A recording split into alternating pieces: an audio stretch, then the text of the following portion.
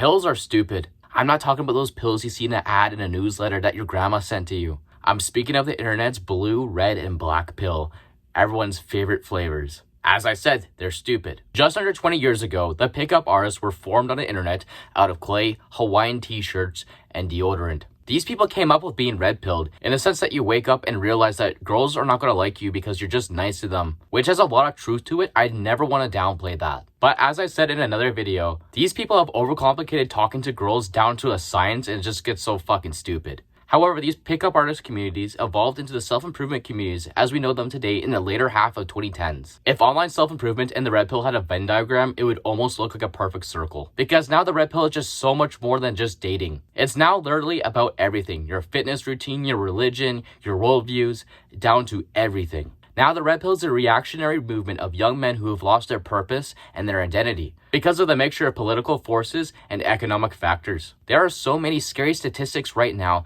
that have swayed so many men to a very dichotomous viewpoint of the world.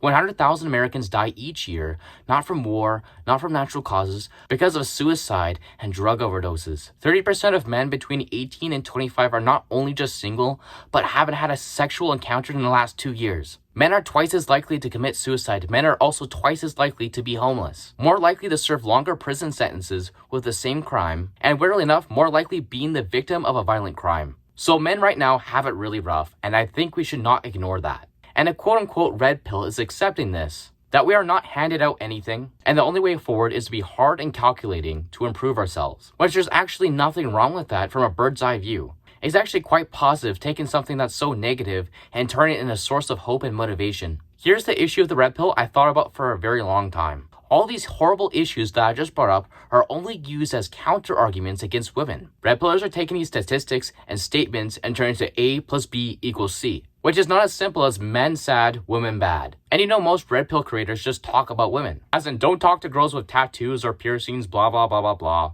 In no way is it women's fault for our issues. In the last 20 years, dating has changed because the average person is nowhere near as successful as they used to be. And yet, after each year, our expectations are increased. Have you seen the housing, gas, and grocery prices? If you just take a moment and see what perspective people had when they grew up, the average person can't offer what their parents had with each other anymore. Mix this with an inflated sense of expectations from social media, and this has created a market for so many people in success for both money and dating that you have to be perfect or die. And that's why I think the suicide rates have skyrocketed. So who's to blame if it's not girls' fault? Well, I would have to go into economics, and I don't have time to talk about that. The red pill is full of very dichotomous views that are very black and white. Beliefs based on statistics, which lead to a very hyper-competitive, hyper-rational thinking, which in response gives so many people a false hope that things will change over the long term. Short term, which is just our generation, will see a lot of success from it. However, what about our children and future generations, who have to work increasingly harder for a shred of hope that they're worth something? So what the red pill does essentially is make it possible for you to achieve the success and the merit that you want. In a world where the bar gets set higher each and every year,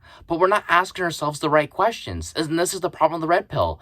Why does that bar get higher each year? Why do we want to live in a world where that bar gets higher every year? We're not solving the root of the problem. If this is the kind of mindset that gives us success in this world, it'll put us in this trap where it's a never-ending cycle for competing for number one. And the reason for all those statistics is because they've given up hope in this world for moving up in the world. So our world that we raise the bar each year will make this so much worse. And my problem with all this, where's all the politicians talking about this problem? Where is everyone wanting to fix this? And at the rate we're going, there's no amount of working out, meditating, and reading that's going to save us from not having a house that's bought from a mega corporation. We're not asking the right questions to help our countries, our families, and ourselves. Why I hate the red pill is that you're putting yourself in a closed worldview on purpose. Enough about the red pill.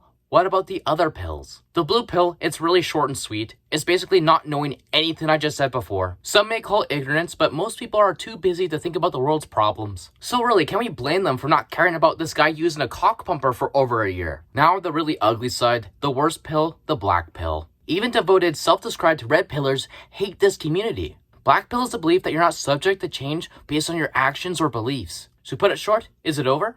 The black pill is a reactionary group of the red pill, formed by incels who know too much. What I'm saying is that they take statistics to a whole different level. Evaluating mathematically your facial attractive features, regenerative success, and literally everything that comes down to being attractive and successful. However, like the Red Pill, they use these statistics to create a dichotomous view over life. Use it to argue and justify why they should give up and not try at all. Which makes me reveal the scariest fact you will ever hear in your life. Most men don't commit suicide because they're depressed or have any other issues. They come to the logical conclusion there is no other way out and that's the best way to move forward. And to me, that is so fucking scary. The issue with the black pill is that they use any scientific method they can to justify their hopelessness. And now you understand why every single corner of the internet hates this community. It is painful to see so many people crash this way. Because once that flame goes out in your heart, it's so hard to ever gain back that hope in your life. The reason why I hate any meaning of pills, because they convince you of a truth using the ills of the world, and in most cases, no real solutions to them. It's rather just another internet community who's reactionary to problems without ever contemplating what caused them in the first place. Also, it's very hard for me to put myself in a category, a cage of beliefs. I find more often than not that we seek a sense of identity because it's really hard to cling on to anything unique in the age of social media. Because there's always a person who's done it before and better than yourself. That's all for my video today. Let me know if you have anything to add in the comments. A like would help the video reach out to more people who need it. And a subscription would really help me out. And remember to love yourself so you can save yourself.